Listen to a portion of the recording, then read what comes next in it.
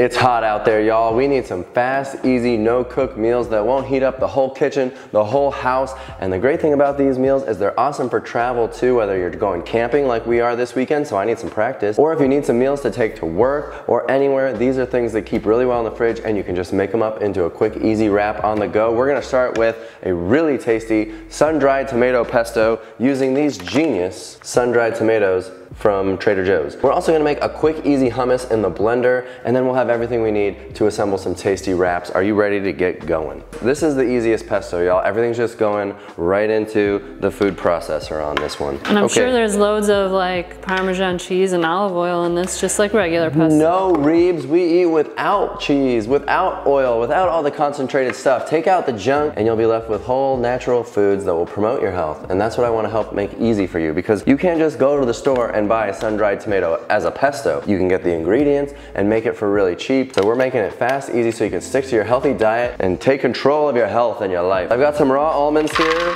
I need a little bit of richness, so we're throwing in some raw almonds. It so happens that this recipe calls for ½ cup of the sun-dried tomatoes, and this little 3-ounce bag from Trader Joe's is that perfect amount. I didn't soak them or anything. Nooch! This is nutritional yeast. If you're new to this way of eating and you don't have a lot of experience with plant-based in general, you might not know about nutritional yeast. We love it. We've got the best one on the market. Amazing price. It's not fortified with any synthetic vitamins that you don't need in your nooch. You can get whatever vitamins you need from whole food. In the case of B12, which is often fortified in nutritional yeast, but not this one, you can just take a B12 every day. That's what you should do. You don't need all the other stuff, the niacin and the this and that. This gives a cheesy kind of a flavor. Does it really taste like cheese if you're used to eating cheese? No, of course not. But when you haven't had cheese in almost 10 years like me, you kind of forget what it actually tasted like. And this provides all those little cheesy feels. It's just a tasty food ingredient. We don't use a ton of it. It's only a cup that I put in here. You've been saying lately, Dill, that you like to flavor your food with food, and it's such a cool way to look at it, because I feel like salt, oil, and sugar are such a cop-out. Yeah, I mean, there's nothing wrong if you're healthy and you want to sprinkle a little salt on something to enhance the flavor, but don't rely on it as the core ingredient. Everything you buy at the store or get at a restaurant is way more salt that you should be getting in a day. But right now, we're doing basil. I've got a nice big handful or so of basil I'm throwing in here. I'm just grabbing the leaves. You don't really want to eat the stem. There's not a lot of basil flavor in that. Reeves, what's your favorite way to flavor food with food? Lemon, for sure. Any citrus, really. Citrus. Reeves is a citrus freak, and you ought to be, because citrus is very healthy. Great way to add some flavor. I got some garlic tips for you, and by the way, that's my favorite way to flavor food with food, is like garlic and onion. I've got it in just about every recipe, and if it's not in a recipe, maybe I forgot it. I actually don't use a ton of fresh garlic. My go-to is cheater garlic, also known as jarlic. I love this stuff. Buy it in a big tank from Costco. It doesn't last that long. But if you want a more potent garlicky flavor for something like a pesto, then grab a bulb. What is it called? A bulb of garlic? Yeah. I don't even know. I guess I do know. That sounds real familiar. I'm so used to the jarlic these days. Separate them out, and I've got a hack for you folks. Get yourself a garlic rock if you haven't already. It's a heavy rock, flat bottom. You smash that clove and the skin just melts right off of this thing. A garlic rock changes everything. Would you sell that in the store while you're World X? No need. Just steal one out of your neighbor's yard, or yours, maybe. Anyway, we got a few garlic cloves in the tank. We're ready to go. I think that's plenty.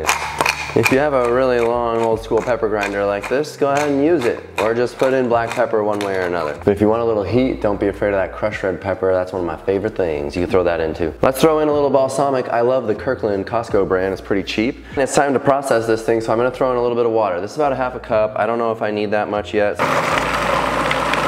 It should be nice and coarse. Let's scrape down the sides so that everything's getting chopped up evenly. Reeves thinks that's good enough. I don't think we need any more liquid. It's so summery. The basil is just so good. Those sour sun-dried tomatoes are just awesome. If you want to balance this tanginess of the sun-dried tomatoes, you could add a little bit of sweet. We sell a date powder. You don't have to get ours. You don't need our products for this. You can buy any date sugar at the store. Ours is just better. That's all. Sprinkle some in there, and we'll run it one more time. We use it in all kinds of savory sauces just to add a little hint of sweetness. I love it in oatmeal. My kids love it in their oatmeal every morning. We don't even use processed sugar in this house. There's just no need when you have a beautiful, fine ground date powder like this. There you have it. Really tasty pesto. This makes a little bit of a smaller batch than I remember. You might want to make a double if you're gonna store it in the fridge, and use it for a while. And for our second summery spread, we are making hummus. We're gonna do it with some beans that we actually made homemade. You can just use a regular can of chickpeas. Try to find the ones with no salt, a la what we were talking about before. We drain off the aquafaba because I only want about a half a cup. Different cans are different, but if you use much more than that, it can be a little too wet. Into the blender. I do love to make hummus in a blender. I find the food processor doesn't quite get creamy enough, so the blender with the plunger. Be careful making a double batch. It's really thick and it can be a little too heavy on the blender motor, even the amazing Vitamix. So just be careful that you're not like totally burning out your blender. Don't fill this thing up. I've got this down to a half a cup. I saved the rest just in case it's too thick, throwing it in with those beans. Here's some more of those fresh garlic cloves going in-ish. The store-bought lemons are smaller, so I can use my little lemon pressarino and squeeze in. There are only two seasonings I really throw in here. Some smoky or sweet, whatever you prefer. I like to do the smoky paprika, throw that in. I love cumin. I call for a half teaspoon, but I always do a little bit more because I just love the flavor. We also love a little liquid smoke. You don't have to do this. It adds a smoky flavor, especially if you use sweet paprika. A little tiny splash. I wouldn't call it traditional, but it is delicious. Now let's talk about the fat, tahini. You can add it or not. If you're trying to reduce fat, just leave it out, blend it up as is, you're gonna love your hummus. If you're already used to eating that way, especially. A conventional hummus from the store or whatever is gonna have a lot of tahini. We only throw in a couple tablespoons worth. It's hummus time.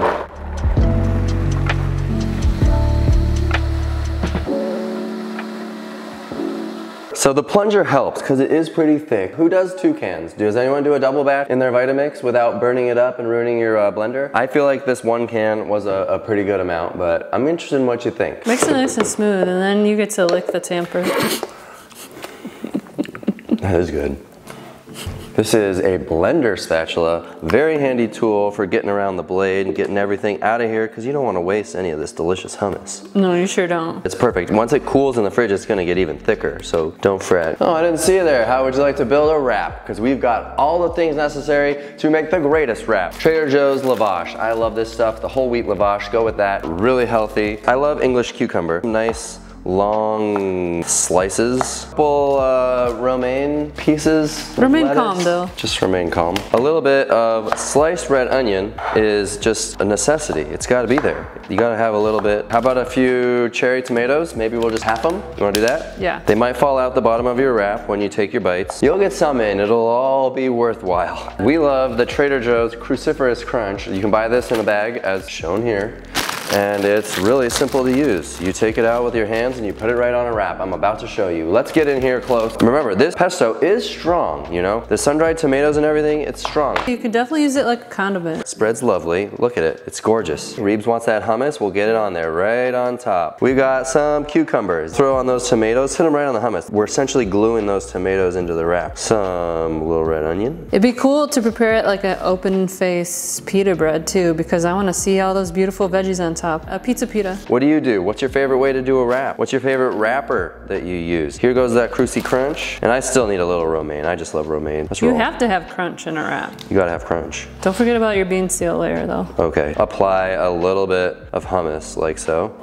We'll see if that actually works. Cut that on an offset. Be chefy about it, you know what I mean? Let's make it look good. Oh boy, that is a wrap. Yummy, yummy. Okay, I don't want to wait. I just gotta dig in here and eat it. This is delicious. You are gonna love it. The filling part is definitely the wrap itself, right? The lavash. Everything else is veggies, adding flavor and texture and of course nutrition. So I know you made this for camping tomorrow, but I might make one of these and eat it in the car on the way there. Great idea. Because it looks great for traveling. Absolutely. I think she likes it. This tastes like summer to me. That's so good. You gotta make both of the dips. You just have to. But just a little bit of that pesto goes a long way. You don't need a lot. So tangy and delicious. Paired with the fresh veggies, it's a perfect summer wrap. I don't know what to say. It's a wrap. Isn't this a thing of beauty? You need to get this recipe right now. It's in the link down below so you can be healthy all summer long because we care about you. Thanks for watching. We'll see you on the next video. Bye.